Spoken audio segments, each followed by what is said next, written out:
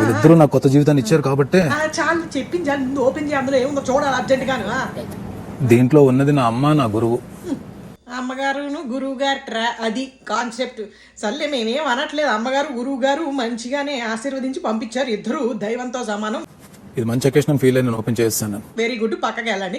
కాదు నాన్న, కొంచెం మసాలా ఏమైనా ఎట్టకూడదు, మనకి మసాలా కావాలి, ఆడియన్స్ వాంట్ దట్. అతి అందులో ఇంకేమైనా ఉంటుందా? ఇప్పుడు చూడు చక్కగాను ఏమిటి మనకి సోషల్ మీడియాలో అందరికీ తెలిసిపోయి ఉంటుంది, గౌతమి చౌదరి గారు వచ్చి అంతా మొత్తం బట్టబయలు చేస్తారు. ఇప్పుడు అవును, నేను వైల్డ్ కార్డ్ ఎంట్రీలో దింపే వరకు కొంపలో రితు చౌదరి గారు ఉన్నప్పుడు అప్పుడు ఉంటుంది చూడండి టీఆర్పీ అసలు మామూలు కూడా అసలు నాకైతే మజా వచ్చేస్తుంది. అలాగే శేఖర్ భాషా గారిని కూడా దింపామనుకో వైల్డ్ కార్డ్ 2 లాగా రికార్డింగ్లు అన్నీ వేసుకుని వచ్చేస్తాడు ఆయన, ఆడియో రికార్డింగ్లు అన్నీ వేసుకుని వచ్చేసి అలా కూర్చుంటారు. అలాగే ఇంకా కొంచెం కొంతమంది దింపు సుమన్ గారిని, ఏమిటి సుమన్ టీవీ సుమన్ యాంకర్ని, వాళ్ళందరూ అక్కడ సమావేశం పెట్టుకుని అసలు ఎంత బాగుంటుందో, నాకు ఎంత హ్యాపీగా ఉందో. షాడిస్ట్లు అయిపోయాం, ఎందుకంటే బిగ్ బాస్ చూసే వాళ్ళందరూ షాడిస్ట్లు అయిపోతూ ఉంటారన్నమాట.